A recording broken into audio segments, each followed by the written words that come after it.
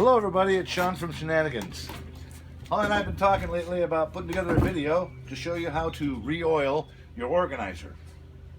Remember when you first got it and you took it out of the box and it was so beautiful and you were so proud to own it? But over time the oil evaporates into the air and leaves it a little bit splotchy looking.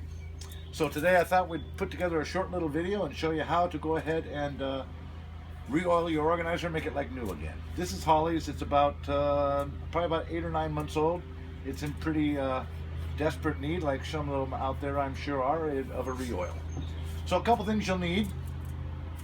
You're going to need some pads because you were going to tear off the old feet and throw them away. We use Old English here at Shenanigans because I like that oil, and I have just a little cup of it and a couple of brushes. And then when you take stuff off, you're going to use a razor blade just to remove these feet, just like that. And like that. And then over here, 2 more, just like this, there, and here. And you'll notice sometimes it leaves a little residue, so you got to get that all off. Just you can wipe it off, and then once you wipe it off, just get it so it's not on there anymore. Push it off, just like that, and like that.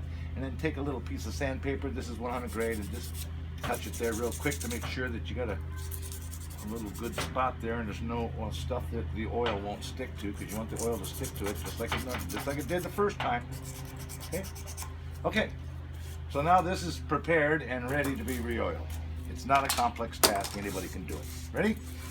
You just take the brush, dip it in, and just start putting it on. And don't be afraid to put it on thick. Now, I wouldn't do this in your Sunday best clothes because over time I've noticed that it splatters pretty regularly, to tell you the truth, and it gets all over me. And to tell you the truth, today I'm not in my Sunday best clothes.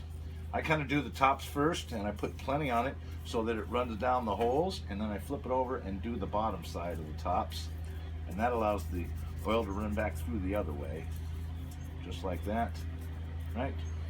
And then you can just do the rest of it. Don't be afraid to put too much oil on it, because the oil evaporates. Doesn't really how much you use. I kind of have the theory of the more you use, the better, because you don't want to miss any spots, and you want it to get good and pretty and have it plenty of oil soak in, because I think the more oil you use, the longer it will actually last. So I put plenty of it on, enough that I even fill these little holes in my little divots there for the bottom of your crochet hooks. And then you got to get down in here, and you got to make sure you get all those little spots pretty well, because it really doesn't want to always get all those spots, so you have to make sure you don't miss any. Just like that.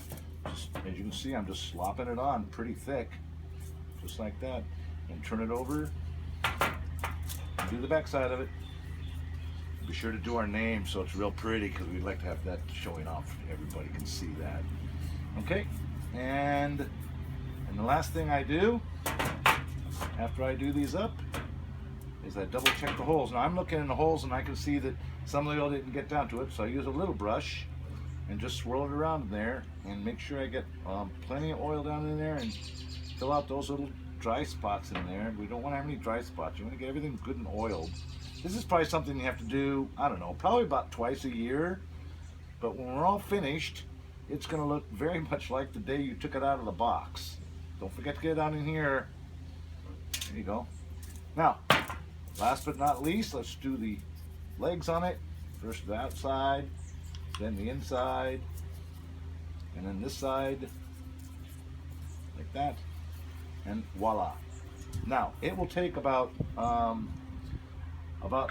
3 hours or 4 hours for that to dry. Make sure it's good and dry before you try to put your feet on it. Of course, Holly has a tray made, so we'll just do that up for her too while we're doing the whole thing, right?